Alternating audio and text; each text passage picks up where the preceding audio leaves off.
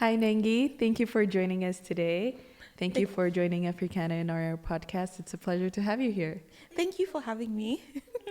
So, you were the first artist in residency at the World Trade Organization, which is amazing. And so, how would you describe yourself as an artist? Who is Nengi Omuku? Well, I would say I'm a painter primarily.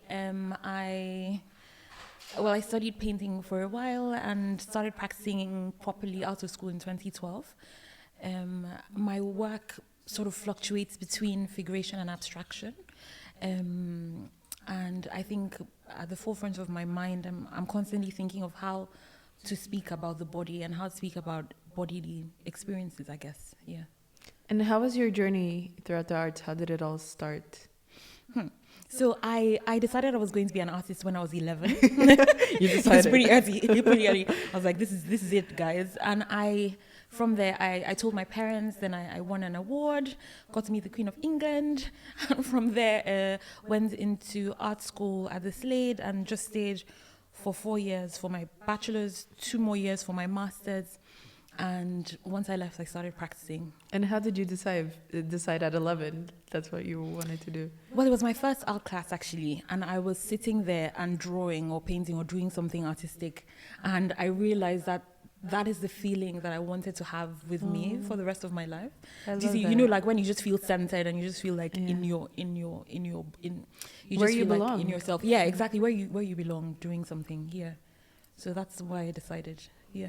So you recently did your residency in France as well, Yeah. which was a research residency. Yeah. So can you tell us a little bit more about how it's different from others and how that impacted your work? Well, I think it was my first time doing a research residency, and I think in a way I feel like it prepared me for this residency, because there was no obligation to make any work. It was just I was supposed to be in France, sort of like thinking about where next I was going to take my career. I was preparing for a show that was about to open, so it was just giving me space and time to think about next steps, things I want to experiment with. So that was it was like a breath of fresh air and like a breather between shows and between things. So yeah, that's what that was. Yeah, sometimes it's good to Like rest and Yeah, think to rest and think. reflect. Yeah. So you had previously told us about how the research of French Impressionism had really touched you. Yeah. So how did you come about that? I guess when I got to France, of course we studied this in art history, and everybody knew, we studied about the movements that came out of France, and when I got there, the first thing the curator was very specific. Mark Bembikoff, incredible guy. He took me to almost all the museums in Paris, and it was the most amazing experience. So basically, it was just seeing all of these paintings that I'd studied while in school, up close and personal. So I spent my 6 weeks there, with every museum or exhibition I went to, scanning the paintings. So just like literally with my phone, going as close as I could without security stopping me, as close as I could, and scanning the surface of the image. So it was so close that sort of the figuration and the imagery disappears, and what I was looking at was just like an abstract combination of colors and patterns and mark making, and I think that was life-changing for me, just seeing those paintings in that kind of way. Do you think it's an influence that has come to stay within your work? I think it's a huge influence. You take things on, I think, artistically as you move from one place to the next, and so this is something that is staying for now. It's directly influenced the painting I just made. I don't know how long it would last, but definitely something that has stayed with me. And I think it's very interesting how this influence from the French Impressionism you had put into your work, that even the textile that is a traditional Nigerian textile, correct? Senyan, and how it has, like, it's been a perfect marriage. A perfect marriage, because that's what I was worried about. Because when I started the painting that I just did, Lighthouse, I realized that the influence of looking at all these paintings was coming onto the canvas, and I was like, how will this tie in with the soignon? How will it sort of marry with the fabric? And then after waiting a week for because I started with the background and the environment for the bodies before the bodies came on, and then the bodies just sort of like took their own tone and color directly from the fabric. So that's kind of what tied it in together for me. Yeah, I think it's really beautiful because you've kind of made it yours, you know. Yes. So that's amazing. And can you tell us a bit about your creative process? You have recently, for example, you use the iPad, so the implementation of these digital tools and kind of how do the ideas come to life? How is your creative process? I think when I sort of see an image in my mind, it's really difficult to sort of grasp it. So technology is very, very important to me. So how every painting begins for me is I do have that image in my mind. I do a sketch, whether with pastels or pencil, and then I take that sketch into my iPad, and then I begin sort of like digital collaging. And layering things and layering images and moving things around and starting to think as well digitally about color before I begin on the soignon, because I think there's a huge build-up that happens before I actually put any marks down on the fabric. Also because it's a vintage, pre-colonial, and no longer in production fabric, and it's also a heritage textile. So I'm very conscious before I begin making marks, even though I don't want to feel precious about the fabric. Unfortunately, it does carry a huge weight. The fabric does. So it takes a lot of thinking before I actually start painting on the surface. Yeah. And how did you find out about this, that this digital tool would work so well for you? Well, I think before working with my iPad, I had experimented a bit with collage, and while I was in school, and just cutting things and arranging things when I'm thinking about composition, and just looking at images and placing them next to each other, thinking about color. So when the iPad sort of like, and this, the app I use is Procreate, it just was the logical next step. Do you see what I mean? Because I've always employed photography and things like this in my practice. So it just felt like the next step to make things a little bit easier. And about the textile, you were saying that it's no longer in production. So how do you come across to getting them? Yes. So the reason why I picked this textile, actually, it's a vintage textile from pre-colonial Western Nigeria, and it's made of both silk and cotton. It's like a anafi moth silk. So it comes from cocoons, and it's blended with industrial cotton to make the threads.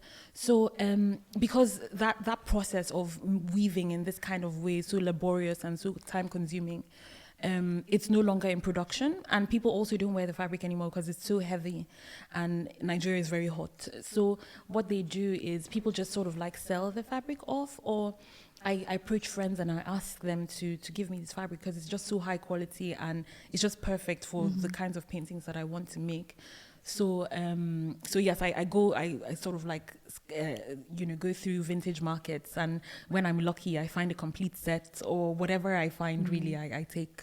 It's amazing. It makes it also like special in itself, like just from the base is already a work of art. Exactly. Which is why any time the work is displayed, I try and display it like a sculpture in a way, so that you can appreciate the work you can appreciate the painting on the face of the. It's almost like double-sided, and you can appreciate this weaving that it's happened. Textures. Yes, the texture, the textile. Yeah. Yeah, that's amazing. And so, as the first artist in residency at WTO, in partnership with Africana, you knew that you had to create a work. How did you come with an idea to Geneva? And how did Geneva, after arriving, influenced your choice? Just between both of us, I was completely blank. I had no idea what I was going to make. And I was watching Louise and the whole team, and just all of what they did, like bending over backwards to make this just such an incredible experience and an incredible arrival. And in my mind, I kept thinking, I have no idea what I'm about to paint. But luckily, as I arrived, the space was so inspirational, and the just Geneva in general, the mountains, the forest, the lake, which is completely different from Nigeria. Well, yes. In Nigeria, you do have, we're quite close to the Atlantic. So, but that sort of, in being so close to where I live anyway. I live in the city center. So, but being so close to nature, even in the city, was a breath of fresh air. Like, just looking out the studio window and seeing the forest was just incredible. So I think that naturally just was inspiring for me. And just the thought of Ubuntu and the idea of gathering and meeting to negotiate and talk about ways to make things fairer for everyone. Those were just the initial ideas that inspired the work that I made eventually. Yeah. Mm-hmm. And why the lighthouse?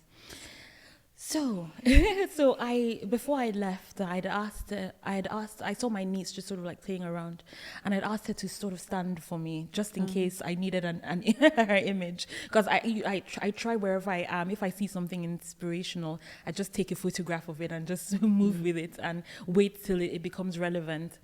So my niece, I had asked to sit for me, and she did, and I didn't know when I was going to use it, but eventually when I was thinking about people gathering, I was thinking of a pure voice or a purity of heart, and I was thinking of that being the center of the focal points for the painting. And my niece for me sort of embodied the spirit of what I was thinking as a light source for people to listen to, just somebody that has an unadulterated mind, and all these older people sort of like sitting around and listening to what she had to say. Nice. Yeah.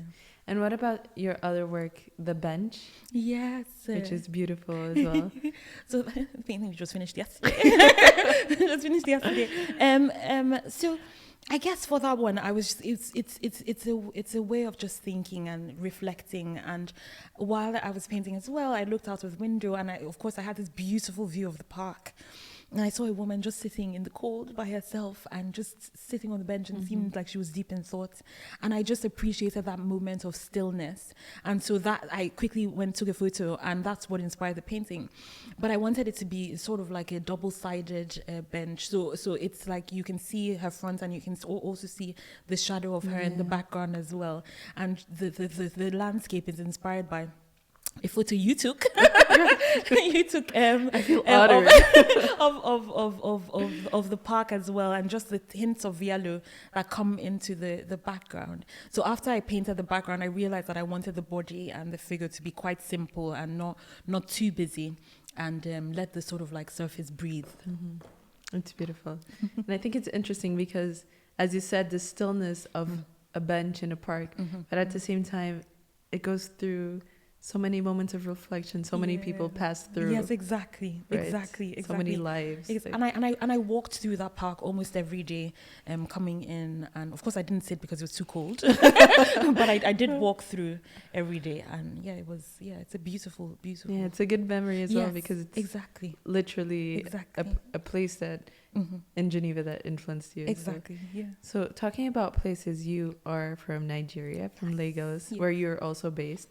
How does your culture how has it influenced your work as an artist? Your surroundings? So the funny thing is, actually, I'm further south. So I'm from Port Harcourt, but I live in Lagos now. And how has it influenced me? I think the chaos. I think you sort of have to take the chaos in, like you just have to sort of like internalize it and then, translate it through paintings. I think a lot of my work when I'm in Lagos is speaking about the environment directly, whether it's from news, what I see around me. So that always comes through in my work. And I think being Geneva as well, just the calm and the serenity as well came through in the work. I think wherever I am, Geneva is definitely calm. So. yes, compared to Lagos. But I love it. I love Lagos. I won't change it for anything. So how has your work changed since you began your practice? Sorry. You can drink more. We can cut it. No, it's okay. Sorry. So how has my work changed? I think since you decided at 11 years old. I know, right? So I think the major shift for me was, I think, the surface. While I was in school, I painted on canvas, on linen, on wood, on paper. And the way I approached mark making and, just the interaction with the surface on canvas shifted very drastically when I started working on Sonia. Because Sonia is such a rough, tough fabric. So it kind of makes you paint differently from how you would from a smooth surface. Because when I was in school, I was very particular about my surface being extremely smooth and there being no texture. So anyway, Sonia has humbled me and changed my the way in which I paint. And I think there's a lot more brevity and there's more of like a sense of space within the canvas where things are not completely filled up. I don't feel the need to sort of like overfill the surface, and I'm comfortable now with blank spaces within the work as well. So I think that's the major shift for me in my. And how did you come across the material in the first place? Were you actively looking for something, or did you find it by coincidence? Yeah, I was actively looking because when I moved to Nigeria, I noticed how we presented ourselves through dress. It was the primary thing that I noticed when I was in Nigeria, when I was in Port Harcourt, in Lagos, even when I went to Abuja. And so for me, I really wanted to engage with the material culture and just, to think about fabric in this kind of way. So I went to the older people and I asked them to bring me vintage textiles, their first understanding of fabric as they know it. And so people were opening up their trunk boxes and the things they've inherited from their parents, their grandparents. And that's how I came across Sonia. It's amazing. And for you, is your creative process more intellectual or more emotional? I think it is. That's a good question. I think it's both.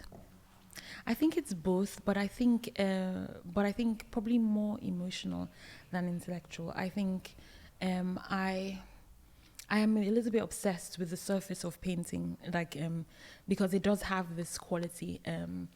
The process of mark making, but in terms of intellectual, I don't know. I think I just respond directly to how things occur to me, and I react to the work in that kind of way.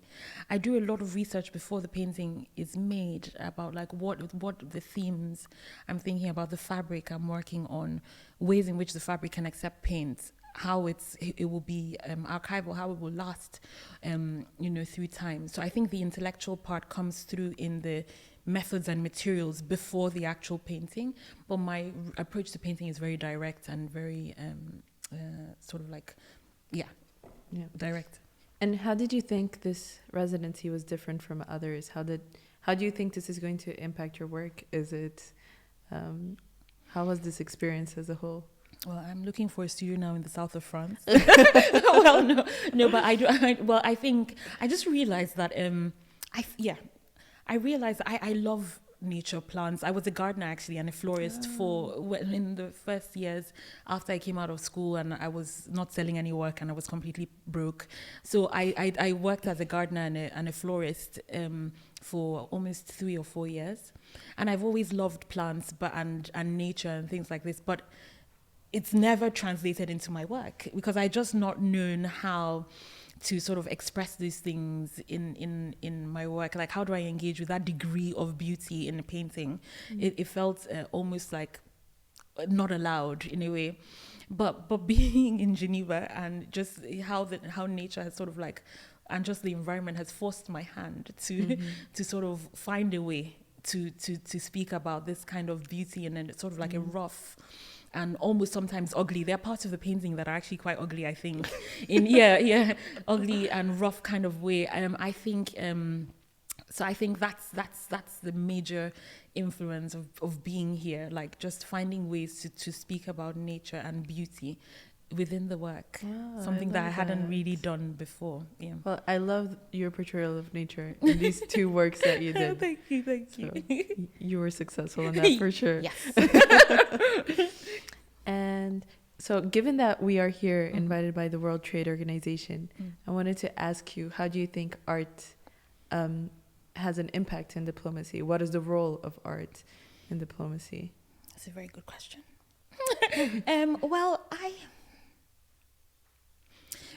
I guess in the past I've painted in a psychiatric ward, and it's the question came up: what is the effect of art in healing?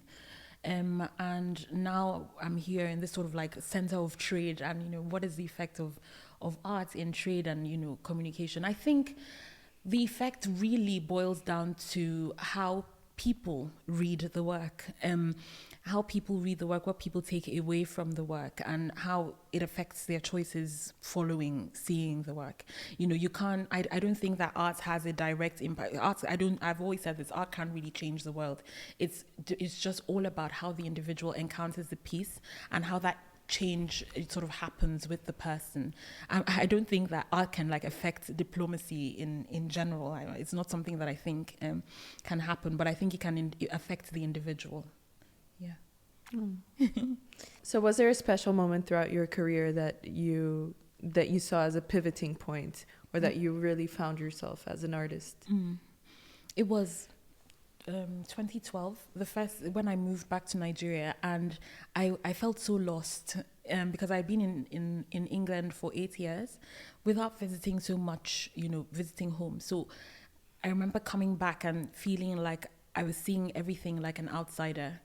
And I was just noticing things that I think other people that had lived for so long in Lagos or Nigeria weren't really seeing. And the one incident I remember was I was in Ibadan, and there was this woman I met in this very elaborate fabric. She was dressed in this Ankara textile with lots of patterns, and she was wearing multiple wigs on her head. And I think in that moment, seeing her walking in the middle of the street, everything about my practice that I still think about today sort of solidified and came together. So in terms of like thinking about textile and heritage and where the fabric comes from was embodied in this woman. Also thinking about the state of mind, because it was in that moment that I realized she was mentally ill, and I realized as well that we don't have a proper system in Nigeria for catering to mental illness. So that's where my work shifted to thinking less about the physicality of the body and instead thinking about a state of mind and interiority. So that moment in Ibadan was a key moment for me. It's even affected, my decisions in terms of like what charities I work with and, what organizations I want to be associated with in terms of like art as a source of healing and as a source of therapy. Yeah. Can you tell us a bit more about art as a source of therapy and healing, about that series and project? Yeah. So I was approached by this incredible organization called Hospital Rooms because they realized that my work was about interiority and thinking about a state of mind. And they asked me to make a mural in a psychiatric ward. So I painted in a psychiatric ward for 2 weeks. So it was like a locked intensive care unit in London in Maudsley Hospital. And that was that was another very important life-changing moment for me. Just meeting the patients, having conversations, when we could with patients, and trying to, and also with service providers, and seeing how art affects them, how it lifts their spirits, not cures them, but like how it lifts their spirits, and how combined with medicine, you get a patient to, re-entering into society. So I was so inspired by that. I came back to Nigeria and started my own charity, which does the same, but in Nigeria, and hopefully will expand in Africa. So next year, we're going to do our first project in a psychiatric ward in Lagos, and we'll just see how it goes. It's baby steps, but the Hospital Rooms is partnering with us, and hopefully we'll make things happen on the continent. Yeah. That's so awesome, because I think that art therapy is growing. I've been hearing more about it, but I can't imagine what it's like to have interacted in the first hand, and they must have been so curious about your work and what you were doing, and so excited to see like someone from the outside bring some joy into spaces that usually are very neutral and boring. Exactly, and depressing colors like dark green. So it was really. It was a life-changing experience for me, because also it was a locked ward, so they weren't there by choice. So they had been sectioned. And just having this contact with the outside world, having color coming into the space in an uplifting kind of way, it really changed me. The experience really changed me. And working with this hospital rooms was everything, really. Yeah. No, and it's amazing that now you're taking that experience into Nigeria. I know it's really scary, but I'm hoping. I'm imagine. Positive. It's a bit of a taboo. Exactly. As you know, you're part African, so people don't talk about mental illness. They think sometimes people think it's a spiritual illness, and or just pray about it and it will go away. But it's it's a whole medical field, and it requires a lot of care, and and so it's scary, but I'm hopeful. But I think that also bringing art into it makes the conversation maybe a little bit it easier, opens it up, and lighter. Exactly. So I think it's a great way to push the boundaries. Yeah, and it introduces the topic to different audiences, people that maybe would have tried not to engage, because at the moment it's patients and the medics that engage in the topic, and other people just sort of like pass it by. But if you bring art into it, it sort of makes it accessible and easier for other people to begin to have these conversations. Yeah, and also because art is kind of seen as many times as a source of hope. And yes. That must be so nice for the patients as well. Yeah, hopefully. Well, congratulations. We're excited wish to us see luck. that. We do. And what advice would you give to young people that want to pursue a career in the arts? I would say it's important to be driven.